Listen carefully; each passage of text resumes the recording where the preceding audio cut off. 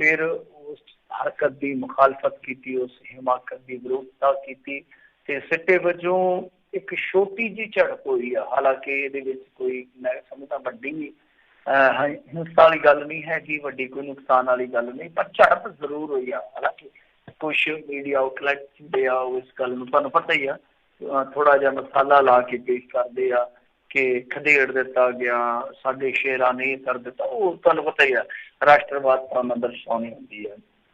पर कुछ media outlet ये रिपोर्ट कर रहे हैं कि हल्की धक्का मुक्की हुई आ। मतलब जदों चाइनीज सोल्जर ने ये चीज़ देख लई कि इन्हां दी भाई तैयारी हैगी आ, अगे वाला काम नहीं विसले नहीं है, नुकसान खटांगे असीं, तो उन्होंने भलाई इसे गल दे विच समझी कि इथों आपां पिछा मुड़ चलीए, पुठे मुड़ चलीए, तो वो वापस मुड़ गए आ। पर उस तो पहला धक्का मुक्की जी थोड़ी बहुती हुई आ। खैर ये जी LAC दे विच घटना वापरी आ, LAC लंघे आ जिहड़े वो पैंगोंग झील एरिए दे विच ही आ। तुहानूं पता ही है ना कि उत्थे जिहड़ी चाइना की हैगी आ तैनाती, वो ही इस वेले एक तरह नाल कहिए कि रफड़ की मेन जड़ आ। क्यों काफ़ी थावां तो चलो चाइनीज सोल्जर जिहड़े सीगे वो पिछा नूं हट गए, इन्हां दी गलबात होई, डिसएंगेजमेंट शुरू हो गया।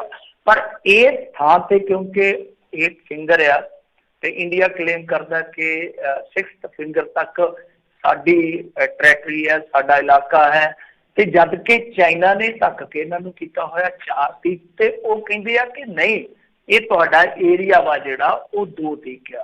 तां इत्थों जिहड़ी आपां कह सकदे हां कि जड़ लगी सीगी वो हुण फिर एक बारी फुट पई आ। इस कलेश दी अगे देखो कि किन्नी को टाणी जिहड़ी आ थल्ले नूं लिफ के जांदी आ। पर असल दे विच की आ कि जे आपां देखीए घटनाक्रम जिस तरीके नाल वापरे आ कि इंडिया ने थोड़े दिन पहला तुहानूं पता ही है कि एयरक्राफ्ट है जिहड़ा साउथ चाइना सी दे विच तैनात कर दिता सीगा, डिप्लॉयड कर दिता सीगा। तां वो की आ कि चाइना उत्थे समझदा कि असीं ओही नंबरदार हैं इत्थों दे। ਤਾਂ ਉਹ ਸਿੱਧੇ ਤੌਰ ਤੇ ਪਹਿਲਾਂ ਇਹਨਾਂ ਨੇ ਧਮਕੀ ਵੀ ਦਿੱਤੀ ਸੀ ਕਿ ਵੇਖ ਲਾਂਗੇ ਅਸੀਂ, ਫਿਰ ਜੇ ਕੋਈ ਗੱਲਬਾਤ ਕਰਨੀ ਹੋਏ ਅਸੀਂ ਜਵਾਬ ਦੇ ਦਿਆਂਗੇ, ਕਿਉਂਕਿ ਤਿੰਨੇ ਫੌਜਾਂ ਦੇ ਜਿਹੜੇ ਮੁਖੀ ਆ ਬਿਪਿਨ ਰਾਵਤ ਉਹਨਾਂ ਨੇ ਸਿੱਧਾ ਕਹਿ ਦਿੱਤਾ ਸੀ ਕਿ ਜੇ ਜੰਗੀ ਹੈ ਤਾਂ ਫਿਰ ਜੰਗੀ ਸੀ। मतलब कि जे चाइना पिछे नहीं हटता तो फिर मिलिटरी ऑपरेशन है जिहड़ा वो कीता जा सकदा है। तो उस तो बाद जिहड़ी साउथ चाइना सी दे विच इन्हां दे एयरक्राफ्ट की तैनाती सीगी, उस तो बाद इस चीज़ का आना किते ना किते दसदा है कि चाइना भी इस गल तो थोड़ा जिहा कल्पिया जरूर है। तो दूजे पासे जे देखिए तो अज भी उन्होंने क्योंकि सब कुछ होया उस तो बाद मीडिया च खबरां चलियां, उसके बाद उन्होंने भी एक धमकी दी आ, चताया वैसे तो इंडिया नूं, वो कहते कि 1962 भुलियो ना, तुहानूं हथ लगे आ ना, तो वो 1962 वाला दौर कदे भुलियो नहीं, कहते कि नहीं ये नया भारत है। तुहानूं पता वैसे भी मोदी योग है तो इत्थे भगत जिहड़े आ जय जयकार करदे, वैसे डर भी लगदा कि असीं GDP नूं पिट्टी जाने आ कि GDP 40 साल के इतिहासक वक्फे के दौरान इतिहासक गिरावट वाले चली गई आ। GDP नूं पुट्टना ठीक है कि पिटी जाते आ, पर रौला तो यह कि किते साहब जंग ही ना छेड़ते हैं, इस गलों भी डर लगता है क्योंकि जो चीज़ा नहीं संभलदियां उदों फिर लड़ाइयां भी हो जांदियां। ये लड़ाई पढ़ाई जिहड़ी आ वो इस वेले काफ़ी ज़्यादा जिद्दां कह लईए कि चाइना ते भारत के दरम्यान उभरी पई आ। ते इस दरम्यान जिहड़े हैगे आ national security adviser mister Ajit Doval उन्होंने सीनियर जिहड़े ऑफिशियल ने उन्होंने नाल गलबात की, अफसरां दे नाल अधिकारियों के नाल गलबात की आ। ते देखो हुण दा सिट्टा की निकलदा, पर काफ़ी ज़्यादा माहौल जिहड़ा है वो स्ट्रैसफुल हो गया। ते उधर हुण ताज़ा बयानबाजी भी हुई है जिहदे विच फ्रांस च बोलदे चीन के विदेश मंत्री ने आख्या कि सरहद ते स्थिरता बनाई रखने लई वो वचनबद्ध हन ते भारत नाल गलबात लई तैयार हन। पर नाल ही वो एक बयान होर दिंदे आ, वो कहते हैं कि भारत चीन सरहद की हद निश्चित नहीं है तो इस कारण इत्थे हमेशा मुश्किल आउंदियां रहणगियां। तुसीं इस स्टेटमेंट नूं थोड़ा जिहा ट्रमे नाल जे देखो कि मैं दोबारा कोट कर देना, वो कहते हैं कि सरहद की हद ही निश्चित नहीं है, इस करके इहदा हल हाले नहीं होगा क्योंकि जिहड़ियां लकीरां खिच्चियां ने ਜੇ ਆਪਾਂ 1.5-2 ਸਦੀਆਂ ਦਾ ਇਤਿਹਾਸ ਵੇਖਾਂਗੇ 2-3 ਲਕੀਰਾਂ ਜਿਹੜੀਆਂ ਖਿੱਚੀਆਂ ਗਈਆਂ ਉਹ ਉਹਨਾਂ ਨੂੰ ਬਾਰਡਰਿੰਗ ਨਹੀਂ ਮੰਨਦੇ। ਮੈਂ ਤੁਹਾਨੂੰ ਅੱਗੇ ਵੀ ਇੱਕ ਦਿਨ ਦੱਸਿਆ ਸੀ ਕਿ ਚਿੰਗ ਡਾਇਨਸਟੀ ਜਿੱਥੇ ਜਿੱਥੇ ਤੱਕ ਗਈ ਸੀਗੀ ਉਹ ਕਹਿੰਦੇ ਕਿ ਏਰੀਆ ਸਾਡਾ ਹੀ ਆ, ਬਸ ਗੱਲ ਖਤਮ। ਜੀ ਜੀ ਜੀ। ਅਗਲੀ ਗੱਲ ਕਰੀਏ, ਕਹਿੰਦੇ AGR ਤੇ ਟੈਲੀਕਾਮ ਕੰਪਨੀਆਂ ਨੂੰ ਸੁਪਰੀਮ ਕੋਰਟ ਵੱਲੋਂ ਰਾਹਤ। ਹਾਂਜੀ, AGR ਦਾ ਪੰਗਾ ਤੁਹਾਨੂੰ ਪਤਾ ਹੀ ਹੈ ਕਿ AGR ਵੈਸੇ ਤੇ ਇੱਕ ਕਾਫੀ ਜਿੱਦਾਂ ਸ਼ੀਸ਼ਕੇ ਟਰਮ ਜਿਹੜੀ ਹੈ ਨਾ ਔਖੀ ਜੀ ਆ, ਇਹਨੂੰ ਕਹਿ ਦਿੰਦੇ ਐਡਜਸਟਡ ਗ੍ਰਾਸ ਰੈਵਨਿਊ। ਇਹਦਾ ਇੱਕ ਬਹੁਤ ਲੰਮੇ ਸਮੇਂ ਤੋਂ ਫੜਿਆ, ਜਿਸ ਤਰ੍ਹਾਂ ਆਪਣੇ ਨਹੀਂ ਸੀ ਹੈਗਾ 31,000 ਕਰੋੜ ਦਾ ਉਹ ਅਸੀਂ ਤੇ ਅਨਾਜ ਘੁਟਾਲਾ ਹੀ ਸਮਝਦੇ ਸੀ। ਬਾਅਦ ਚ ਪਤਾ ਲੱਗਾ ਤਾਂ ਕਰਜ਼ਾ ਸਾਡਾ ਖੱਪਾ ਰਹਿ ਗਿਆ ਹਿਸਾਬ ਕਿਤਾਬ ਦਾ। ਇਹਨਾਂ ਹਿਸਾਬ ਕਿਤਾਬ ਚ ਪੂਰਾ ਹੀ ਨਹੀਂ ਲਿਆ ਤੇ ਉਹਨਾਂ ਨੇ ਫਿਰ ਪੂਰੀਆਂ ਪਾ ਦਿੱਤੀਆਂ, ਮਤਲਬ ਕਿ 31,000 ਕਰੋੜ ਰੁਪਈਏ ਦਾ ਕਰਜ਼ਾ ਜਿਹੜਾ ਪੰਜਾਬ ਦੀ ਸਿਰ ਦੇ ਉੱਤੇ ਰੱਖ ਦਿੱਤਾ ਗਿਆ ਫੰਡ ਬਣਾ ਕੇ। ਖੈਰ, ਤਾਂ AGR ਹੈ ਜਿਹੜਾ ਉਹ ਲੰਮੇ ਸਮੇਂ ਤੋਂ ਲਟਕਦਾ ਮਾਮਲਾ। ਸੁਪਰੀਮ ਕੋਰਟ ਨੇ ਇਹਦੇ 'ਚ ਬੜੀ ਸਖਤੀ ਕੀਤੀ ਸੀਗੀ, 1-2 ਦਫਾ ਉਹਨਾਂ ਨੇ ਆਰਡਰ ਕੀਤਾ, ਉਸ ਆਰਡਰ ਨੂੰ ਇਹਨਾਂ ਨੇ ਚੱਜ ਨਾਲ ਇੰਪਲੀਮੈਂਟ ਨਹੀਂ ਕੀਤਾ। ਇੱਕ ਵਾਰੀ ਤੇ ਇਹਨਾਂ ਨੇ ਆਪਣੇ ਪੱਤਰ ਤੇ ਰਹਿਤ ਵੀ ਦੇ ਦਿੱਤੀ ਸੀਗੀ ਔਰ ਸੁਪਰੀਮ ਕੋਰਟ ਨੇ ਫਿਰ ਇਹਨਾਂ ਨੂੰ ਖਿੱਚ ਰਿਹਾ ਸੀਗਾ ਕੇਂਦਰ ਸਰਕਾਰ ਨੂੰ ਕਿ ਤੁਸੀਂ ਸਿੱਧੇ ਤੌਰ ਤੇ ਅਦਾਲਤੀ ਹੱਦ ਤੱਕ ਵੱਲ ਵੱਧ ਰਹੇ ਹੋ। ਤਾਂ ਕਾਫੀ ਕੁਛ ਹੋਇਆ, ਅਦਾਲਤੀ ਸੁਣਵਾਈਆਂ ਚੱਲੀਆਂ ਇਸ ਬਾਬਤ। ਤਾਂ ਹੁਣ ਇਹਨਾਂ ਨੂੰ ਯਾਨੀ ਟੈਲੀਕਾਮ ਕੰਪਨੀਆਂ ਨੂੰ ਇੱਕ ਵੱਡੀ ਰਾਹਤ ਦਿੱਤੀ ਗਈ ਆ। 10 ਸਾਲ ਦਾ ਸਮਾਂ ਦੇ ਦਿੱਤਾ ਗਿਆ, ਮਤਲਬ ਕਿ ਇੱਕ ਦਹਾਕਾ, ਇੱਕ ਡੈਕੇਡ ਬਹੁਤ ਵੱਡਾ ਸਮਾਂ ਹੁੰਦਾ ਕਿਸੇ ਵੀ ਆਪਾਂ ਜੇ ਦੇਖੀਏ ਤਾਂ ਕੰਮਕਾਰ ਕਰਨ ਵਾਲੇ ਕਾਰੋਬਾਰੀ ਵਾਸਤੇ। 10 ਸਾਲ ਦਾ ਸਮਾਂ, ਛੋਟ ਤੇ ਜਿਹੜੀ ਆ ਉਹ 10 ਦਿਨ ਵੀ ਬਹੁਤ ਹੁੰਦੀ ਹੈ। ਮੁੱਲ ਕਈ ਵਾਰ ਤੁਹਾਨੂੰ 10 ਘੰਟਿਆਂ ਦੀ ਵੀ ਦੇ ਦਿੱਤੀ ਜਾਵੇ, ਤੁਸੀਂ ਬਹੁਤ ਕੁਛ ਕਰ ਸਕਦੇ ਹੋ। ਪਰ 10 ਸਾਲ ਦੀ ਮੁੱਲ ਜਿਹੜੀ ਹੈ ਮੈਂ ਕਹਿਣਾ ਕਿ ਬਹੁਤ ਵੱਡਾ ਇੱਕ ਤਰ੍ਹਾਂ ਨਾਲ ਕਹੀਏ ਕਿ ਰਾਹਤ ਵਾਲਾ ਇਹਨਾਂ ਦੀ ਲਮਹਾ ਲੈ ਕੇ ਆਇਆ, ਮਰਹਲਾ ਲੈ ਕੇ ਆਇਆ। ਸੋ AGR ਜਿੰਨਾ ਕੁ ਮੈਨੂੰ ਇਹਦੇ ਬਾਰੇ ਪਤਾ, ਅਸਲ ਦੇ ਵਿੱਚ ਦੇਖੋ AGR ਦਾ ਕੀ ਰੱਟਾ ਆ ਕਿ ਜਿਸ ਤਰ੍ਹਾਂ ਹੁਣ ਕੋਈ ਕੰਪਨੀਆਂ ਨੇ ਟੈਲੀਕਾਮ ਸੈਕਟਰ ਦੇ ਵਿੱਚ ਉਹਨਾਂ ਦੇ ਜੋ ਵੀ ਐਸੈਟਸ ਨੇ ਤਾਂ ਉਹ ਤੇ ਚਲੋ ਠੀਕ ਆ, ਗਿਣੇ ਜਾਂਦੇ ਆ। ਪਰ ਉਹਦਾ ਕੀ ਆ ਕਿ ਜੋ ਜਿੱਦਾਂ ਹੁਣ ਕਿਸੇ ਕੰਪਨੀ ਦੇ ਖਾਤੇ ਦੇ ਵਿੱਚ ਪੈਸੇ ਆ ਉਹਨੂੰ ਇੰਟਰਸਟ ਲੱਗ ਰਿਹਾ ਤਾਂ ਉਹ ਵੀ ਕਾਊਂਟ ਕੀਤਾ ਜਾਂਦਾ। ਮਤਲਬ ਕਿ AGR ਦਾ ਇਹੀ ਆ, ਕੰਪਨੀਆਂ ਕਹਿੰਦੀਆਂ ਕਿ ਨਹੀਂ ਉਹ ਸਾਡੇ ਅਸਾਸਿਆਂ ਦਾ ਜੋ ਮਤਲਬ ਕਿ ਐਕਸਟਰਾ ਜੋ ਵੀ ਅਰਨ ਵਾਲਾ ਸਿਸਟਮ ਆ ਉਹ ਆ, ਪਰ ਇਹ ਕਹਿੰਦੇ ਕਿ ਨਹੀਂ ਉਹ ਇਨਕਲੂਡ ਆ। ਸੋ ਆਹੀ ਇੱਕ ਰੌਲਾ ਸੀਗਾ, ਇਹੀ ਰੱਟਾ ਸੀਗਾ, ਮੇਰੀ ਸਮਝ ਦੇ ਮੁਤਾਬਕ ਤੇ ਇਹੀ ਕੁਛ ਸੀਗਾ। ਬਾਕੀ ਮੈਨੂੰ ਪਤਾ ਨਹੀਂ ਗਾ, ਇਸ ਕੇਸ ਦੀ ਡਿਟੇਲ ਦੇਖ ਲਵਾਂਗੇ। ਸੋ ਇਹ ਹੁਣੇ ਖਬਰ ਆਈ ਆ। ਤਾਂ ਖੈਰ ਦੂਜੀ ਚੀਜ਼ ਜਿਹੜੀ ਆ ਮੈਂ ਸਮਝਦਾ ਜਿਹੜੀ ਜ਼ਰੂਰੀ ਆ, ਚਲੋ AGR ਆਪਾਂ ਵੇਖ ਲਵਾਂਗੇ, ਤੁਸੀਂ ਵੀ ਵੇਖ ਸਕਦੇ ਹੋ ਉਹਦੀ ਪਰਿਭਾਸ਼ਾ। ਪਰ ਗੱਲ ਇਹ ਆ ਕਿ ਦੇਖੋ ਜਿਸ ਹਿਸਾਬ ਕਿਤਾਬ ਦੇ ਨਾਲ ਅਡਾਨੀ, ਅੰਬਾਨੀ, ਕੁਛ ਪ੍ਰਾਈਵੇਟ ਪਲੇਅਰ ਜਿਹੜੇ ਆ ਉਹ ਖਾਸ ਖੇਤਰਾਂ ਦੇ ਵਿੱਚ ਜਾ ਰਹੇ ਆ, ਉੱਥੋਂ ਲੱਗ ਰਹੇ ਹੋ ਕਿ ਸਰਕਾਰ ਜਿਹੜੀ ਆ ਨਾ ਫਿਕਸਿੰਗ ਜੀ ਕਰਾ ਕੇ ਚੱਲਦੀ ਪਈ ਆ। ਤੁਸੀਂ ਜੇ ਦੇਖੋਗੇ ਤਾਂ ਜਿਸ ਤਰ੍ਹਾਂ ਲਾ ਲਓ ਕਿ ਏਅਰਪੋਰਟ ਜਾ ਰਹੇ ਆ, ਏਅਰਪੋਰਟ ਪ੍ਰਾਈਵੇਟ ਹੱਥਾਂ 'ਚ ਜਾ ਰਹੇ ਤਾਂ ਉੱਥੇ ਅਡਾਨੀ ਦੀ ਹੀ ਕੰਪਨੀ ਦਾ ਗਲਵਾ ਹੈ।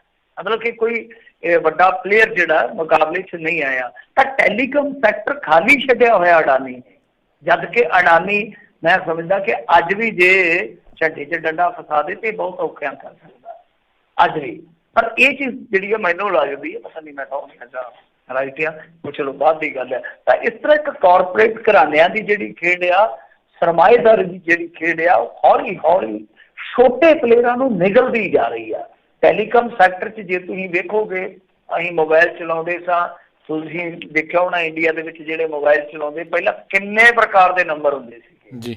ਮਤਲਬ ਆ ਜੀ ਟਾਟਾ ਦਾ ਆ ਸਿਮ ਆ ਜੀ ਏਅਰਸੈਲ ਦਾ ਸਿਮ ਆ ਜੀ ਰਿਲਾਇੰਸ ਦਾ, ਰਿਲਾਇੰਸ ਜੀਓ ਦੀ ਰਿਲਾਇੰਸ ਕੰਪਨੀ ਦਾ। ਮਤਲਬ ਕਿ ਕਈ ਕੰਪਨੀਆਂ ਹੁੰਦੀਆਂ ਸੀ, ਟੈਲੀਨੋਰ, ਕਿ ਪਤਾ ਨਹੀਂ ਕਿੰਨੀਆਂ ਕੁ ਕੰਪਨੀ ਹੁੰਦੀਆਂ ਸੀ ਟੈਲੀਕਾਮ ਸੈਕਟਰ 'ਚ। ਤਾਂ ਤੁਸੀਂ ਦੇਖ ਲਓ ਜਿਵੇਂ ਹੀ ਐਂਟਰੀ ਹੁੰਦੀ ਆ ਮੋਦੀ ਸਾਹਿਬ ਦੀ ਸੱਤਾ 'ਚ, ਤਿਵੇਂ ਐਂਟਰੀ ਹੁੰਦੀ ਆ ਜੀਓ ਦੀ। ਔਰ ਜੀਓ ਨੇ ਕੀ ਖੇਡ ਖੇਡੀ, 4G ਲਿਆਂਦਾ, ਫ੍ਰੀ 'ਚ ਸਿਮ ਵੰਡੇ, ਫ੍ਰੀ 'ਚ 1 ਸਾਲ ਦਾ ਡਾਟਾ ਵੰਡਿਆ। ਉਸ ਤੋਂ ਬਾਅਦ ਅੱਜ ਦੀ ਤਰੀਕ ਦੇ ਵਿੱਚ ਦੇਖੋ ਕਿ ਟੈਲੀਕਾਮ ਸੈਕਟਰ ਦੇ ਜਿਹੜੇ ਵੱਡੇ ਵੱਡੇ ਪਲੇਅਰ ਸੀ ਧੋਤੇ ਗਏ। ਹੁਣ ਰਹਿ ਕੌਣ ਗਿਆ? ਇਹ ਜਿਹੜੀ ਹੈਗੀ ਆ ਏਅਰਟੈਲ, ਦੂਜੇ ਨੰਬਰ ਦੀ ਕੰਪਨੀ ਆ। ਵੈਸੇ ਕੰਪੀਟੀਟਰ ਕਾਫੀ ਤਗੜੇ ਆ। ਤੇ ਜੇ ਆਪਾਂ ਵੇਖੀਏ ਤਾਂ ਤੀਜੇ ਪਾਏਦਾਨ ਤੇ ਇਸ ਵੇਲੇ ਆ ਆਈਡੀਆ ਤੇ ਵੋਡਾਫੋਨ। ਇਹਨਾਂ ਨੇ ਆਪਣੇ ਆਪ ਨੂੰ ਰਲਾ ਲਿਆ ਸੀਗਾ, ਮਤਲਬ ਕਿ ਇੱਕ ਦੂਜੇ 'ਚ ਮਰਜ ਹੋ ਗਏ ਸਨ, ਆਈਡੀਆ ਤੇ ਵੋਡਾਫੋਨ। ਤੇ ਜੇ AGR ਇਹਨਾਂ ਨੂੰ ਭਰਨਾ ਪੈ ਜਾਂਦਾ, ਚਲੋ ਏਅਰਟੈਲ ਤੱਕ ਚੱਲਦੀ ਆ, ਕਿਉਂਕਿ ਇਹਨਾਂ ਨੂੰ ਬਹੁਤ ਜ਼ਿਆਦਾ ਲਾਸ ਹੋਇਆ ਜੀਓ ਕਰਕੇ, ਇਹਨਾਂ ਨੂੰ ਬਹੁਤ ਜ਼ਿਆਦਾ ਲਾਸ ਹੋਇਆ। ਤਾਂ ਕੁੱਲ ਮਿਲਾ ਕੇ ਇਹਨਾਂ ਦੀ ਵੀ ਤਾਲੇਬੰਦੀ ਹੋ ਜਾਣੀ ਸੀਗੀ ਸਾਲ 1.5 ਸਾਲ ਤੱਕ। ਤਾਂ ਪਲੇਅਰ ਕੌਣ ਬਚਣੇ ਸੀ?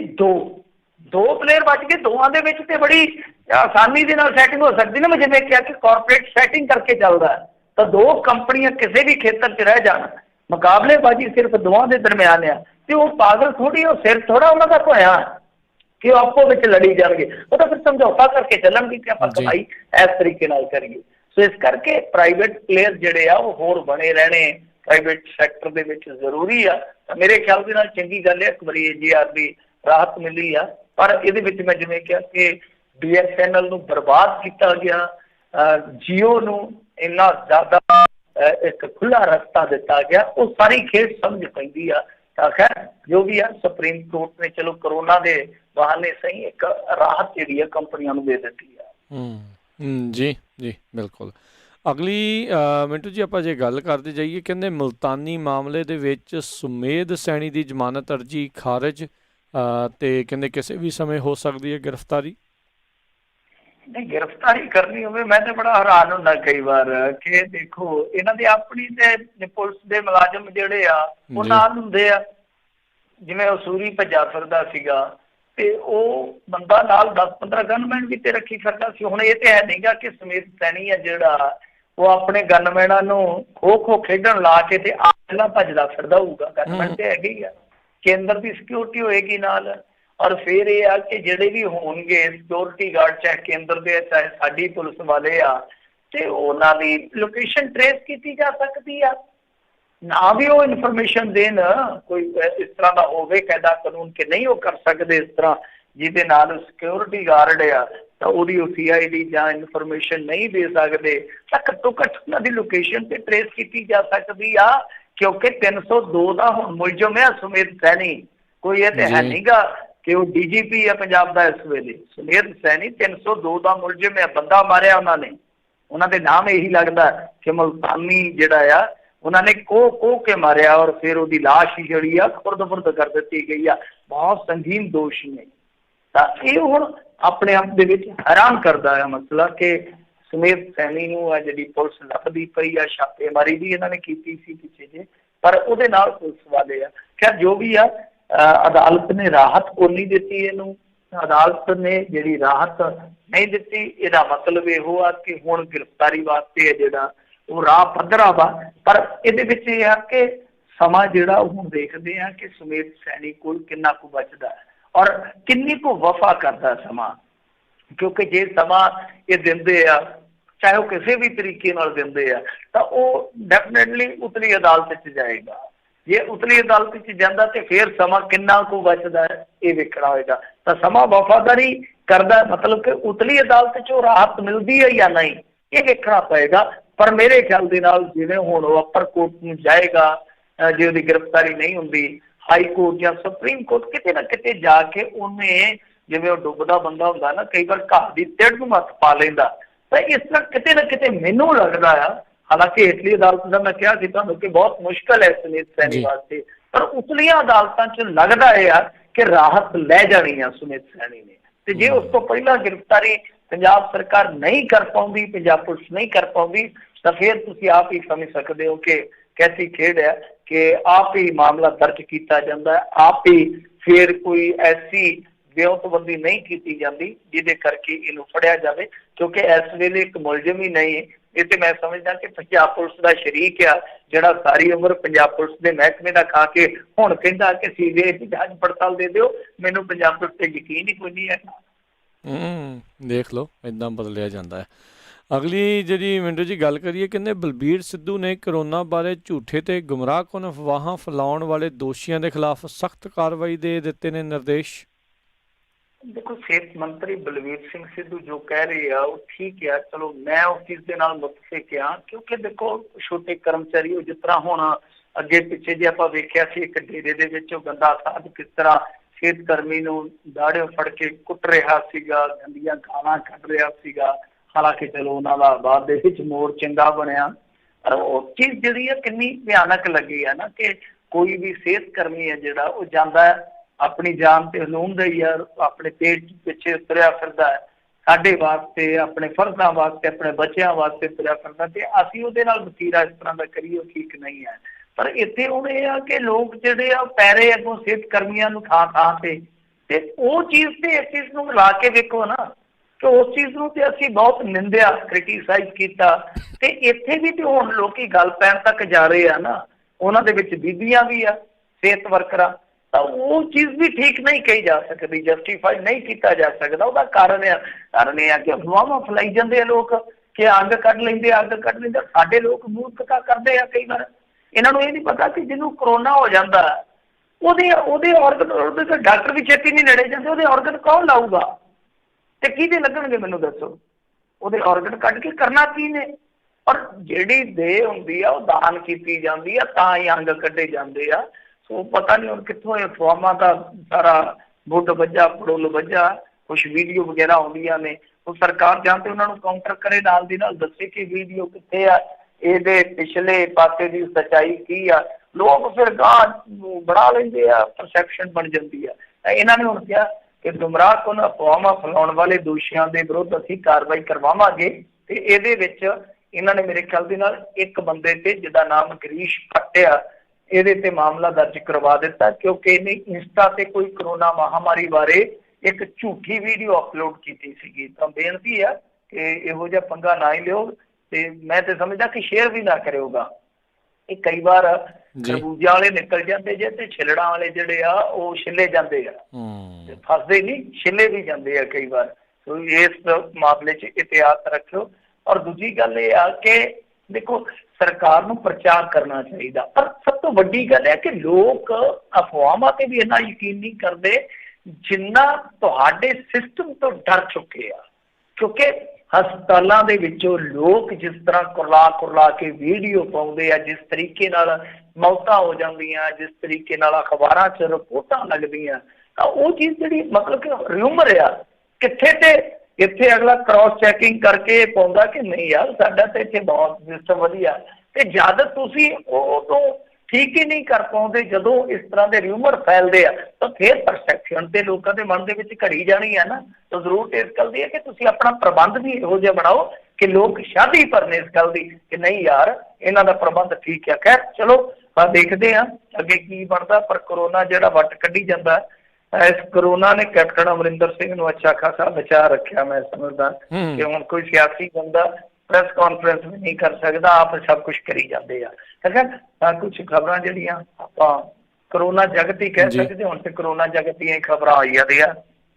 ਇਹਦੇ ਵਿੱਚ WHO ਨੇ ਕਿਹਾ ਕਿ ਖੁੱਲ੍ਹਾ ਦੇਣ ਵਾਲੇ ਜਲਦਬਾਜ਼ੀ ਕਰ ਰਹੇ ਆ ਮੁਲਕ, ਤੇ ਇਹਨਾਂ ਨੂੰ ਸਿੱਟੇ ਭੁਗਤਣੇ ਪੈਣਗੇ। WHO ਦਾ ਵੀ ਕੋਈ ਸਮਝ ਨਹੀਂ ਆਉਂਦੀ ਹੈ ਕਿ ਇਹਨਾਂ ਦਾ, ਤੁਹਾਨੂੰ ਯਾਦ ਆ ਇਹਨਾਂ ਨੇ ਆਖਿਆ ਸੀਗਾ ਇੱਕ ਵਾਰੀ ਕਿ ਕਰੋਨਾ ਜਿਹੜਾ ਜੀ ਉਹ 2 ਸਾਲ ਦੇ ਅੰਦਰ ਅੰਦਰ ਖਤਮ ਹੋ ਜਾਊਗਾ, ਤੇ ਉਸ ਤੋਂ ਪਹਿਲਾਂ ਇਹਨਾਂ ਨੇ ਆਖਿਆ ਸੀਗਾ ਕਿ ਇਹ ਕਰੋਨਾ ਕਦੇ ਖਤਮ ਨਹੀਂ ਹੋਏਗਾ। WHO ਦੀ ਵੀ ਖੇਡ ਜਿਹੜੀ ਹੈ ਨਾ, ਥੋੜੀ ਥੋੜੀ ਸਾਡੇ ਪ੍ਰਧਾਨ ਮੰਤਰੀ ਵਰਗੀ ਆ, ਉਹ ਕਈ ਵਾਰ ਕੁਛ ਕਹਿ ਦਿੰਦੇ ਆ, ਕਈ ਵਾਰ ਆਪਣੇ ਕਹਿ ਤੇ ਪਲਟ ਜਾਂਦੇ ਆ।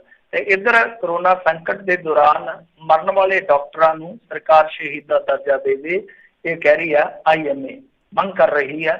ਇਸ ਤੋਂ ਇਲਾਵਾ ਕੇਂਦਰ ਤੇ ਭਾਰਤੀ ਰਿਜ਼ਰਵ ਬੈਂਕ ਨੇ ਸੁਪਰੀਮ ਕੋਰਟ ਨੂੰ ਦੱਸਿਆ ਕਿ ਕਰੋਨਾ ਕਾਰਨ ਕਰਜ਼ਿਆਂ ਦੀਆਂ ਕਿਸ਼ਤਾਂ ਦੇ ਭੁਗਤਾਨ ਤੇ ਰੋਕ ਨੂੰ 2 ਸਾਲ ਤੱਕ ਵਧਾਇਆ ਜਾ ਸਕਦਾ। ਇਹ ਉਹੀ ਮੈਟੋਰੀਅਮ ਜਿਹੜਾ ਸੀਗਾ RBI ਨੇ ਦਿੱਤਾ ਸੀਗਾ, ਉਹ ਸੁਣਵਾਈ ਹੋ ਰਹੀ ਹੈ ਸੁਪਰੀਮ ਕੋਰਟ 'ਚ। ਇਸ ਤੋਂ ਇਲਾਵਾ ਜੇ ਆਪਾਂ ਗੱਲ ਕਰੀਏ, ਇੱਧਰ ਜਲਾਲਾਬਾਦ ਦੇ ਵਿੱਚ ਇੱਕ ਸਟੇਟ ਬੈਂਕ ਦਾ ਚੀਫ ਮੈਨੇਜਰ ਹੈ, ਉਹ ਕਰੋਨਾ ਪੋਜ਼ਿਟਿਵ ਆ ਗਿਆ, ਬੈਂਕ ਬੰਦ ਕਰ ਦਿੱਤਾ ਗਿਆ। ਸੰਗਰੂਰ ਦੇ ਵਿੱਚ ਜਿਸ ਤਰ੍ਹਾਂ ਆਪਾਂ ਗੱਲ ਕਰਕੇ ਹਟੇ ਹਾਂ, ਪਿੰਡ ਆ ਕੋਈ ਰੋਗਲਾ, ਉੱਥੇ ਸੈਂਪਲ ਲੈਣ ਆਈ ਟੀਮ ਦਾ ਪਿੰਡ ਵਾਸੀਆਂ ਨੇ ਕਾਫੀ ਵਿਰੋਧ ਕੀਤਾ। ਵੈਸੇ ਅੱਜ ਕੱਲ੍ਹ ਬਿਜਲੀ ਮਹਿਕਮੇ ਵਾਲਿਆਂ ਨੂੰ ਵੀ ਬੰਨ ਲੈਂਦੇ ਆ, ਪਿੰਡਾਂ ਵਾਲੇ ਕਹਿੰਦੇ ਤੜਕੇ 4 ਵਜੇ ਕੰਧਾਂ ਟੱਪੀ ਜਾਂਦੇ ਆ, ਇਹਨਾਂ ਨੂੰ ਕਰੋਨਾ ਨਹੀਂ ਹੁੰਦਾ। ਦੂਜੇ ਪਾਸੇ ਜੇ ਬਾਲਦ ਕਲਾਂ ਦੀ ਗੱਲ ਕਰੀਏ, ਉਹ ਪਿੰਡ ਆ ਜਿੱਥੇ ਕਾਫੀ ਜ਼ਿਆਦਾ ਸਰਗਰਮੀ ਰਹਿੰਦੀ ਹੈ, ਦਲਿਤ ਲੋਕ ਜਿਹੜੇ ਆ ਉਹ ਆਪਣੇ ਹੱਕਾਂ ਲਈ ਇੱਥੇ ਕਾਫੀ ਜ਼ਿਆਦਾ ਐਕਟਿਵ ਨੇ। ਸੋ ਬਾਲਦ ਕਲਾਂ ਬਹੁਤ ਵਾਰੀ ਸੁਰਖੀਆਂ 'ਚ ਹੈ, ਛੋਟੇ ਮੋਟੇ ਟਕਰਾਅ ਵੀ ਹੋਏ ਆ।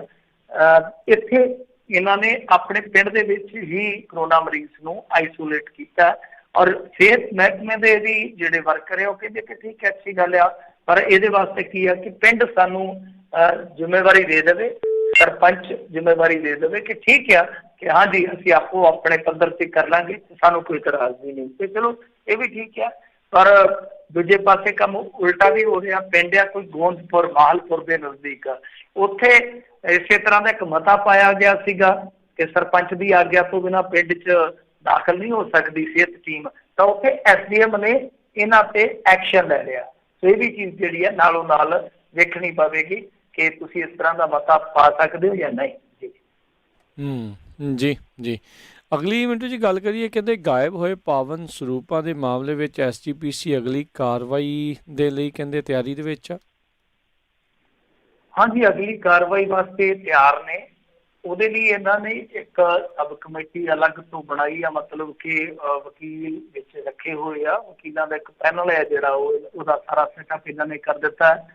ਤਾਂ ਇਹਨਾਂ ਨੇ ਇਹ ਸਟੈਪ ਚੁੱਕਣੇ ਸ਼ੁਰੂ ਕਰ ਦਿੱਤੇ ਆ ਕਿ ਜੋ ਵੀ ਕਾਰਵਾਈਆਂ ਰეკਮੈਂਡਡ ਹੋਈਆਂ ਨੇ ਕਿ ਇਹਦੇ ਤੇ ਕਾਰਵਾਈਆਂ ਜਿਹੜੀਆਂ ਕੀਤੀਆਂ ਜਾਣੀਆਂ ਨੇ, ਸੋ ਉਹਨਾਂ ਬੰਦਿਆਂ ਤੇ ਕਿਸ ਤਰੀਕੇ ਨਾਲ, ਮਤਲਬ ਕਿ ਕਿਸ ਲੀਗਲ ਇਹਦੇ ਨਾਲ ਅੱਗੇ ਕਾਰਵਾਈ ਹੋ ਸਕਦੀ ਆ, ਤਾਂ ਉਹ ਐਕਸ਼ਨ ਇਹਨਾਂ ਨੇ ਹੁਣ ਲੈਣਾ। ਸਾਰੀ ਵਿਉਂਤਬੰਦੀ ਉਹਦੀ ਕਰ ਲਈ ਆ।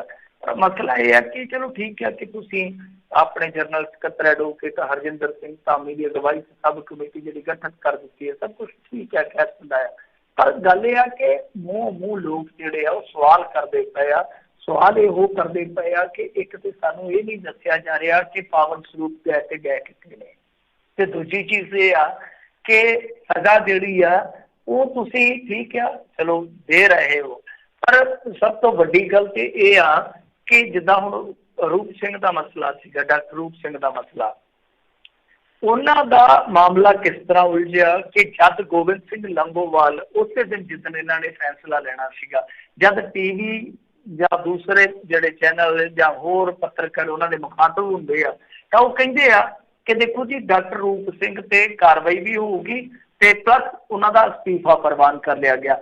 ਜਦਕਿ ਜਦ ਉਹ ਪ੍ਰੈਸ ਰਿਲੀਜ਼ ਜਾਰੀ ਕਰਦੇ ਆ, ਪ੍ਰੈਸ ਨੋਟ ਜਾਰੀ ਕਰਦੇ ਆ ਲੰਗੋਵਾਲ ਸਾਹਿਬ, ਤਦ ਇਕੱਲੇ ਅਸਤੀਫੇ ਦੀ ਗੱਲ ਕੀਤੀ ਜਾਂਦੀ ਹੈ। ਹੁਣ ਤੁਸੀਂ ਦੇਖੋ ਕਿ ਕੁਝ ਮਿੰਟਾਂ ਦੇ ਅੰਦਰ ਅੰਦਰ ਐਸਾ ਕੀ ਵਾਪਰਿਆ, ਔਰ ਆਫ ਦੀ ਰਿਕਾਰਡ ਤੇ ਇਹ ਵੀ ਗੱਲਾਂ ਸੁਣਨ ਨੂੰ ਮਿਲੀਆਂ ਨੇ ਕਿ ਉਸ ਤੋਂ ਬਾਅਦ ਫਿਰ ਪੱਤਰਕਾਰਾਂ ਨੂੰ ਟੈਲੀਫੋਨ ਵੀ ਗਏ ਆ ਕਿ ਨਹੀਂ ਭਾਈ ਖਬਰ ਜਿਹੜੀ ਆ ਨਾ ਉਹ ਤੁਸੀਂ ਬਸ ਇਕੱਲੇ ਅਸਤੀਫੇ ਵਾਲੀ ਚਲਾਉਣੀ ਹੈ। ਇਹ ਗੇਮ ਕੀ ਚੱਲਦੀ ਪਈ ਆ, ਸਮਝ ਤੋਂ ਪਰੇ ਦੀ ਗੱਲ ਹੈ। ਤਾਂ ਖੈਰ ਚਲੋ ਠੀਕ ਆ, ਸਜ਼ਾ ਤੇ ਇਹਨਾਂ ਨੂੰ ਹੋਣੀ ਚਾਹੀਦੀ ਆ ਜਿਹੜੇ ਬੰਦਿਆਂ ਨੇ ਕੁਤਾਹੀ ਕੀਤੀ ਆ।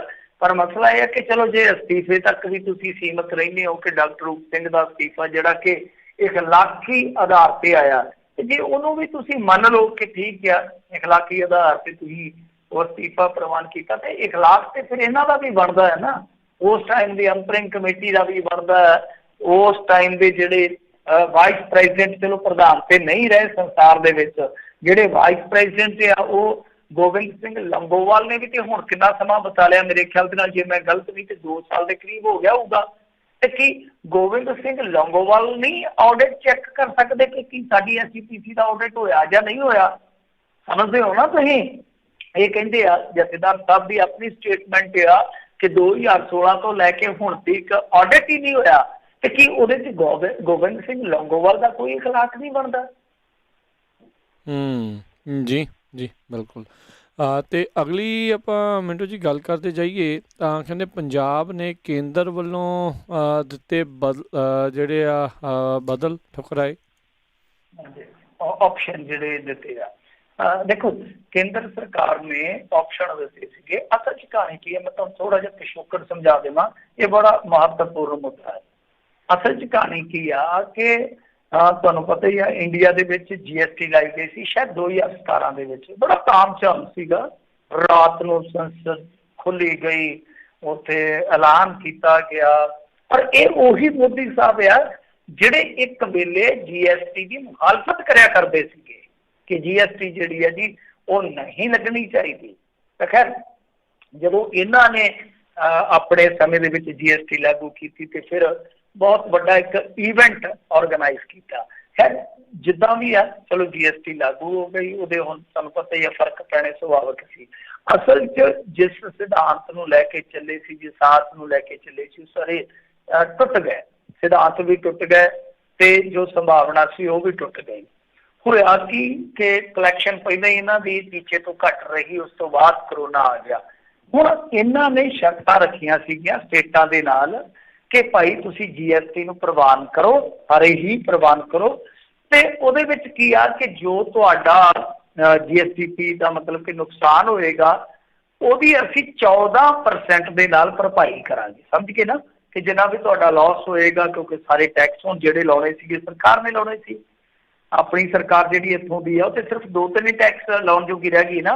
ਬਾਕੀ ਜਿਹੜੇ ਸਮੁੱਚੇ ਟੈਕਸ ਸੀਗੇ ਉਹਨਾਂ ਚੋਂ ਬਹੁਤੇ ਜਿਹੜੇ ਉਹ ਕੇਂਦਰ ਦੇ ਪਾਸ ਚਲ ਗਏ, ਤਾਂ ਉਹਦਾ ਜਿਹੜਾ ਨੁਕਸਾਨ ਸੀ ਉਹ 14% ਦੇ ਹਿਸਾਬ ਨਾਲ ਇਹਨਾਂ ਨੇ ਗਾ ਭਰ ਕੇ ਦੇਣਾ ਸੀ 5 ਸਾਲਾਂ ਵਾਸਤੇ। ਠੀਕ ਹੈ ਜੀ। ਤਾਂ ਉਹ ਕਦੋਂ ਤੱਕ ਬਣਿਆ ਟਾਈਮ ਪੀਰੀਅਡ? ਜੇ ਆਪਾਂ 17 ਨੂੰ ਮੰਨ ਲਈਏ, ਬੇਸ ਈਅਰ ਮੰਨ ਲਈਏ, ਤਾਂ ਉਹ ਬਣ ਗਿਆ 22 ਤੀਕ। ਇਹਨਾਂ ਨੇ ਕਰ ਦਿੱਤੇ ਹੱਥ ਖੜੇ, ਕਹਿੰਦੇ ਜੀ ਕਿ ਦੇਖੋ GST ਜੋ ਕਾਉਂਸਲ ਆ ਉਹ ਜਾਣੇ, ਉਹਨਾਂ ਕੰਮ ਜਾਣੇ। ਤਾਂ ਉਹਨਾਂ ਨੇ ਚੱਕ ਕੇ ਇਹ ਆਖ ਦਿੱਤਾ ਕਿ ਦੇਖੋ ਜੀ ਕੇਂਦਰ ਸਰਕਾਰ ਨੇ ਇਹ ਹੁਣ ਜੀ ਇਹ ਆ ਕਿ ਠੀਕ ਆ ਕਿ ਸੈਸ ਦੇ ਵਿੱਚੋਂ ਹੀ ਜਾਣਾ ਹੁੰਦਾ ਸੀਗਾ, ਕਲੈਕਸ਼ਨ ਦੇ ਵਿੱਚੋਂ ਹੀ ਇਹ ਭਰਪਾਈ ਕਰਨੀ ਸੀ। ਉਹ ਹੁਣ ਜਦੋਂ ਮਾਰੀ ਗਈ ਆ ਤੇ ਹੁਣ ਉਹਦੇ 'ਚ ਅਸੀਂ ਕੀ ਕਰ ਸਕਦੇ ਹਾਂ? ਤਾਂ ਇਹਨਾਂ ਨੇ ਆਪਸ਼ਨ ਦਿੱਤੇ ਸੀਗੇ ਕਿ ਭਾਈ ਤੁਸੀਂ ਕਰਜ਼ਾ ਲੈ ਲਓ। 2 ਆਪਸ਼ਨ ਸੀ, ਕਰਜ਼ੇ ਦੇ ਹੀ ਸੀ ਦੋਨੇ, ਕਿ ਤੁਸੀਂ ਜਿਹੜੀਆਂ ਸਟੇਟਾਂ ਨੇ ਪੈਸਾ ਲੈਣਾ ਵਾ, ਬਕਾਇਆ ਲੈਣਾ ਵਾ, ਉਹ ਬੋਰੋ ਕਰ ਲਓ। ਔਰ ਬੋਰੋ ਕਿੱਥੋਂ ਕਰੋ? RBI ਤੋਂ, ਮਤਲਬ ਕਿ ਕੇਂਦਰ ਸਰਕਾਰ ਤੋਂ। ਬੜਾ ਸਾਦਾ ਜਿਹਾ ਢੰਗ ਗਿਆ ਕਿ ਪੰਜਾਬੀ ਰੇਡੀਓ US ਨੇ ਮੇਰੇ ਤੋਂ ਪੈਸੇ ਲੈਣੇ ਹੋਣ, ਉਹ ਪੈਸੇ ਲੈਣ ਦੀ ਰਾਜ ਕਰਨਵੀਰ ਸਿੰਘ ਨੂੰ ਕੱਲਣ ਕਿ ਤੂੰ ਜਲੰਧਰ ਗਿਆ, ਜਾ ਕੇ ਉੱਥੋਂ ਪੈਸੇ ਫੜਦਾ। ਤੇ ਮੈਂ ਕਹਾਂ ਕਿ ਰਾਜ ਕਰਨਵੀਰ ਸਿੰਘ ਜੀ ਪੈਸੇ ਤੇ ਹੈ ਨਹੀਂ ਮੇਰੇ ਕੋਲੇ, ਪੈਸੇ ਤੇ ਹੈ ਨਹੀਂ, ਤੁਸੀਂ ਇਸ ਤਰ੍ਹਾਂ ਕਰੋ, ਆ ਮੇਰੇ ਪਿੰਡ ਵਾਲੇ ਸ਼ਾਹ ਤੋਂ ਵਿਆਜ ਤੇ ਫੜ ਕੇ ਲੈ ਜਾਓ ਤੇ ਤੁਸੀਂ ਉਹ ਮੋੜਨੇ ਆ, ਮੁੜ ਕੇ ਤੁਸੀਂ ਮੋੜ ਦਿਓ, ਕੋਈ ਚੱਕਰ ਨਹੀਂ, ਵਿਆਜ ਫੜ ਕੇ ਤੇ ਜਦੋਂ ਮਰਜ਼ੀ। ਆਹ ਚੀਜ਼ ਜਿਹੜੀ ਆ ਉਹ ਰਾਜਾਂ ਦੇ ਨਾਲ ਹੋ ਰਹੀ ਆ ਕਿ ਪੈਸਾ ਰਾਜ ਵਾਅਦੇ ਦੇ ਮੁਤਾਬਕ ਲੈਣਾ ਕੇਂਦਰ ਤੋਂ, ਔਰ ਉਹ ਕਹਿ ਰਹੇ ਆ ਕਿ RBI ਤੋਂ ਬੋਰੋ ਕਰ ਲਓ। ਕਮਾਲ ਦੀ ਗੱਲ ਆ। ਸੋ ਇੱਕ ਤਰ੍ਹਾਂ ਨਾਲ ਕਹਿ ਸਕਦੇ ਆ ਕਿ ਬਹੁਤ ਵੱਡਾ ਇਹ ਵਾਅਦਾ ਖਿਲਾਫੀ ਵਾਲਾ ਕੰਮ ਕੀਤਾ ਗਿਆ ਮੋਦੀ ਸਰਕਾਰ ਵੱਲੋਂ। ਖੈਰ ਮੋਦੀ ਸਰਕਾਰ ਵੱਲੋਂ ਤੇ ਤੁਹਾਨੂੰ ਪਤਾ ਹੀ ਤਗੜੇ ਕੰਮ ਕੀਤੇ ਗਏ ਆ। 23% GDP ਵਾਲਾ ਉਹ ਵੀ ਆਪਾਂ ਨੂੰ ਸ਼ਾਇਦ ਮੇਰੇ ਖਿਆਲ ਦੇ ਨਾਲ ਇੱਕ ਇਤਿਹਾਸਕ ਗਿਰਾਵਟ ਜਿਹੜੀ ਆ ਉਹ ਕੰਮ ਦੇਖੀ ਲਿਆ, ਆਪਾਂ ਦੇਖੀ ਗਿਆ। ਤਾਂ ਖੈਰ ਇਹਨਾਂ ਨੇ ਉਸ ਪ੍ਰਪੋਜ਼ਲ ਨੂੰ ਠੁਕਰਾ ਦਿੱਤਾ ਪੰਜਾਬ ਨੇ, ਔਰ ਮੇਰੇ ਖਿਆਲ ਦੇ ਨਾਲ ਠੁਕਰਾਉਣਾ ਚਾਹੀਦਾ। ਔਰ ਸਾਰੀਆਂ ਸਟੇਟਾਂ ਜਿਹੜੀਆਂ, ਵੈਸੇ ਇਹ ਇੱਕ ਪੰਗਾ ਕਿ ਹੁਣ ਦੇਖੋ ਮਸਲਾ ਤੇ ਹੈਗਾ ਗੰਭੀਰ, ਪਰ ਰੌਲਾ ਕੀ ਹੁੰਦਾ ਕਿ ਜਿਹੜੀਆਂ ਸਰਕਾਰਾਂ ਇਹਨਾਂ ਆਪਣੀ ਪਾਰਟੀ ਦੀਆਂ ਹੁੰਦੀਆਂ ਨੇ ਉਹ ਇਹਨਾਂ ਦੇ ਹੱਕ 'ਚ ਭੁਗਤ ਜਾਂਦੀਆਂ, ਲੋਕਾਂ ਦੇ ਹਿੱਤ ਨਹੀਂ ਦੇਖੇ ਜਾਂਦੇ। ਪਰ ਇੱਥੇ ਮੇਰੇ ਖਿਆਲ ਦੇ ਨਾਲ ਹਰੇਕ ਸਟੇਟ ਨੂੰ ਪੰਜਾਬ ਵਰਗੇ ਸਟੇਟਾਂ ਨਾਲ ਖੜਨਾ ਚਾਹੀਦਾ ਕਿ ਨਹੀਂ ਯਾਰ ਗਲਤ ਗੱਲ ਹੈ, ਵਾਅਦਾ ਖਿਲਾਫੀ ਨਹੀਂ ਹੋਣੀ ਚਾਹੀਦੀ। ਕੇਂਦਰ ਬੋਰੋ ਕਰਨਾ ਚਾਹੇ ਤੇ ਕਰ ਲਵੇ RBI ਤੋਂ, ਪਰ ਪੈਸਾ ਜਿਹੜਾ ਉਹ ਕੇਂਦਰ ਦੇਵੇ ਸਟੇਟਾਂ ਨੂੰ ਵਾਅਦੇ ਦੇ ਮੁਤਾਬਕ। ਜੀ ਧੱਕੇ ਨਾਲ ਕੰਨ ਫੜਾਉਣ ਵਾਲੀ ਗੱਲ ਜਿਹੜੀ ਇਹਨਾਂ ਨੇ ਕੀਤੀ ਹੋਈ ਆ। ਅਗਲੀ ਜਿਹੜੀ ਮਿੰਟੂ ਜੀ ਆਪਾਂ ਗੱਲ ਕਰੀਏ ਤਾਂ ਕਹਿੰਦੇ ਮੁਫਤ ਸਿੱਖਿਆ ਦੇ ਐਲਾਨ ਦੇ ਵਿੱਚ ਘਿਰੀ ਕੈਪਟਨ ਸਰਕਾਰ, ਫੀਸ ਵਸੂਲੀ ਦੇ ਹੁਕਮਾਂ ਨੂੰ ਵਾਪਸ ਲੈਣ ਦੀ ਮੰਗ। ਹਾਂਜੀ, ਇਹਨਾਂ ਨੇ ਪਿੱਛੇ ਜੇ ਕਿਹਾ ਸੀਗਾ ਕਿ 11ਵੀਂ ਤੇ 12ਵੀਂ ਜਮਾਤ ਦੇ ਵਿਦਿਆਰਥੀਆਂ ਕੋਲੋਂ ਅਸੀਂ ਫੀਸ ਨਹੀਂ ਲਵਾਂਗੇ, ਪਰ ਹੁਣ ਨੋਟੀਫਿਕੇਸ਼ਨ ਆ ਗਿਆ ਜਿਹਦੀ ਮੁਖਾਲਫਤ ਕਰ ਰਹੀ ਹੈ ਆਮ ਆਦਮੀ ਪਾਰਟੀ, ਔਰ ਮੇਰੇ ਖਿਆਲ ਦੇ ਨਾਲ ਕਰਨੀ ਵੀ ਚਾਹੀਦੀ ਹੈ। ਕਿਸ ਤਰ੍ਹਾਂ ਦੇ ਕੰਮ ਹੈ ਇਹਨਾਂ ਦੇ ਕਿ ਬੜੇ ਢੋਲ ਵਜਾ ਕੇ ਕਹਿੰਦੇ ਆ ਅਸੀਂ ਇਹ ਕਰ ਲਿਆ, ਬਾਹਰ ਕਰ ਲਿਆ, ਪਰ ਬਾਅਦ ਦੇ ਵਿੱਚ ਉਸੇ ਹੀ ਗੱਲ ਤੋਂ ਮੁੱਕਰ ਜਾਂਦੇ ਆ। ਹਾਲਾਂਕਿ ਇਹਨਾਂ ਨੇ ਪਹਿਲਾਂ ਐਲਾਨ ਕੀਤਾ ਹੋਇਆ ਸੀਗਾ ਕਿ ਫ੍ਰੀ ਸਿੱਖਿਆ ਦੇਵਾਂਗੇ, ਤਾਂ ਇਹ ਸਵਾਦ ਹੀ ਫ੍ਰੀ ਸਿੱਖਿਆ ਤੁਸੀਂ ਇੱਕ ਵਾਰੀ ਐਲਾਨ ਕਰਦੇ ਹੋ, ਉਹਨੂੰ ਆਪਣੀ ਝੋਲੀ 'ਚ ਪ੍ਰਾਪਤੀ ਵਜੋਂ ਦਰਜ ਕਰ ਲੈਂਦੇ ਹੋ, ਔਰ ਉਸ ਤੋਂ ਬਾਅਦ ਫਿਰ ਨੋਟੀਫਿਕੇਸ਼ਨ ਤੁਸੀਂ ਕਰ ਦਿੰਦੇ ਹੋ। ਇਹ ਗਲਤ ਗੱਲ ਆ, ਇਸ ਤਰ੍ਹਾਂ ਨਹੀਂ ਹੋਣਾ ਚਾਹੀਦਾ। ਖੱਜਲ ਖੁਆਰਤਾ ਹੈ ਵਿਦਿਆਰਥੀਆਂ ਦੀ, ਵੈਸੇ ਹੀ ਖੱਜਲ ਖੁਆਰਤਾ ਬਹੁਤ ਵਧੀ ਪਈ ਹੈ। ਪੋਸਟ ਮੈਟ੍ਰਿਕ ਸਕਾਲਰਸ਼ਿਪ ਦਾ ਵੀ ਪੈਸਾ ਦੱਸਦੇ ਆ ਗਏ ਆ। ਜੀ। ਤੇ ਮੈਨੂੰ ਜੀ ਜਾਂਦੇ ਗੱਲ ਕਰੀਏ, ਇੱਕ ਕਬੱਡੀ ਖਿਡਾਰੀ ਦੱਸਿਆ ਜਾਂਦਾ ਗੁਰਮੇਜ ਸਿੰਘ ਪੱਪੀ ਜਿਹੜਾ ਉਸ ਦੀ ਪੁਲਿਸ ਦੇ ਦੁਆਰਾ ਉਸ ਦੀ ਪੁਲਿਸ ਦੀ ਗੋਲੀ ਦੇ ਨਾਲ ਹੱਤਿਆ ਹੋਈ ਹੈ, ਉਸ ਮਾਮਲੇ ਦੇ ਵਿੱਚ ਕੀ ਅਪਡੇਟ? ਉਹ ਅਰੈਸਟ ਕਰ ਲਏ ਆ ਜੀ। ਉਹਨਾਂ ਦੀ ਕੋਈ ਨਿੱਜੀ ਰੰਜਿਸ਼ ਸੀਗੀ ਤੇ ਹੈ ਸਾਰੇ ਉਹ ਮੁਲਾਜ਼ਮ ਹੀ ਸਨ। ਉਹਦੇ 'ਚ ਸ਼ਾਇਦ ਕੋਈ ਥਾਣੇਦਾਰ ਸੀਗਾ ਜਿਹੜਾ ਕਿ CM ਸਿਕਿਉਰਿਟੀ ਦੇ ਵਿੱਚ ਸੀਗਾ, ਤੇ ਉਹਨਾਂ ਦੀ ਕੋਈ ਰੰਜਿਸ਼ ਸੀਗੀ, ਕਿਸੇ ਗੱਲੋਂ ਤਕਰਾਰ ਹੋਈ ਸੀਗੀ, ਆਪਦੇ ਪਰਿਵਾਰ ਨਾਲ ਜਾਂਦਾ ਪਿਆ ਸੀਗਾ ਬਟਾਲੇ ਏਰੀਏ 'ਚ, ਉਹਨੂੰ ਘੇਰ ਕੇ ਗੋਲੀਆਂ ਮਾਰ ਦਿੱਤੀਆਂ ਗਈਆਂ ਤੇ ਮੁਲਜ਼ਮ ਤੇ ਫੜ ਲਏ ਗਏ ਆ। ਪਰ ਵਾਕਈ ਇਹ ਘਟਨਾ ਜਿਹੜੀ ਹੈਰਾਨ ਕਰਦੀ ਆ ਕਿ ਪੁਲਿਸ ਵੀ ਇਸ ਤਰ੍ਹਾਂ ਦੀ ਹੋ ਸਕਦੀ ਆ ਕਿ ਕਿਸੇ ਬੰਦੇ ਨੂੰ ਘੇਰ ਕੇ ਰੰਜਿਸ਼ਨ ਗੋਲੀਆਂ ਮਾਰ ਦੇਵੇ, ਔਰ ਉਹ ਵੀ ਉਸ ਵੇਲੇ ਜਦੋਂ ਪਰਿਵਾਰ ਦੇ ਨਾਲ ਜਾਂਦਾ ਪਿਆ ਹੋਵੇ। ਬਾਕੀ ਕਬੱਡੀ ਖਿਡਾਰੀਆਂ ਨਾਲ ਤੇ ਪਤਾ ਨਹੀਂ ਇਹਨਾਂ ਦੀ ਕੀ ਲਾਗਡਟ ਬਣ ਗਈ। ਅੱਗੇ ਇੱਕ ਭਲਵਾਨ ਮਾਰਿਆ ਸੀ ਕਪੂਰਥਲੇ ਦੇ ਵਿੱਚ, ਉਹ ਵੀ ਇੱਕ ਥਾਣੇਦਾਰ ਸੀਗਾ, ਤੇ ਹੁਣ ਇਹਨਾਂ ਨੇ ਬੰਦਾ ਮਾਰ ਦਿੱਤਾ, ਪਤਾ ਨਹੀਂ ਕੀ ਕਰਦੀ ਪਈ ਆ ਪੁਲਿਸ, ਸਾਨੂੰ ਤਾਂ ਪਤਾ ਦੀ ਗੱਲ ਹੈ। ਬਿਲਕੁਲ ਅਜੇ ਦੇਖੋ ਮਾਹੌਲ ਕਿਦਾਂ ਦਾ ਆ, ਤੇ ਜਿਹੜੇ ਟਾਈਮ ਦੀਆਂ ਇਹਨਾਂ ਦੇ ਉੱਤੇ ਦੋਸ਼ ਲੱਗਦੇ ਆ, ਤੇ ਉਦੋਂ ਇਹਨਾਂ ਨੇ ਫਿਰ ਪਤਾ ਨਹੀਂ ਵਾਕਿਆ ਹੀ ਕੀ ਕੁਛ ਜਿਹੜਾ ਇਹ ਕੀਤਾ ਹੀ ਹੋਣਾ ਆ। ਇਹ ਅੱਖਾਂ ਦੇ ਸਾਹਮਣੇ ਸੋਸ਼ਲ ਮੀਡੀਆ ਦੇ ਯੁੱਗ ਦੇ ਵਿੱਚ ਇਹ ਕੁਛ ਜਿਹੜਾ ਇਹ ਕਰੀ ਜਾ ਰਹੇ ਹੈਗੇ ਆ। ਤੇ ਮਿੰਟੂ ਜੀ ਬਹੁਤ ਬਹੁਤ ਤੁਹਾਡਾ ਧੰਨਵਾਦ, ਤੁਸੀਂ ਸਾਡੇ ਨਾਲ ਜੁੜੇ, ਇਹਨਾਂ ਖਬਰਾਂ ਬਾਰੇ ਜਾਣਕਾਰੀ ਦਿੱਤੀਆਂ। ਮਿਹਰਬਾਨੀ, ਧੰਨਵਾਦ, ਸਤਿ ਸ਼੍ਰੀ ਅਕਾਲ ਜੀ। ਸਤਿ ਸ਼੍ਰੀ ਅਕਾਲ ਜੀ ਦੇ ਸਰੋਤੇ, ਇੱਥੇ ਸਾਡਾ ਅੱਜ ਦਾ ਪ੍ਰੋਗਰਾਮ ਸਮਾਪਤ ਹੈ। ਮਿਲਦੇ ਹਾਂ ਅਗਲੀ ਵਾਰ ਤੱਕ ਲਈ ਮੇਰੇ ਵੱਲੋਂ ਵੀ ਤੁਹਾਨੂੰ ਸਭ ਨੂੰ ਸਤਿ ਸ਼੍ਰੀ ਅਕਾਲ। ਸੁਣਦੇ ਰਹੋ ਪੰਜਾਬੀ ਰੇਡੀਓ USA।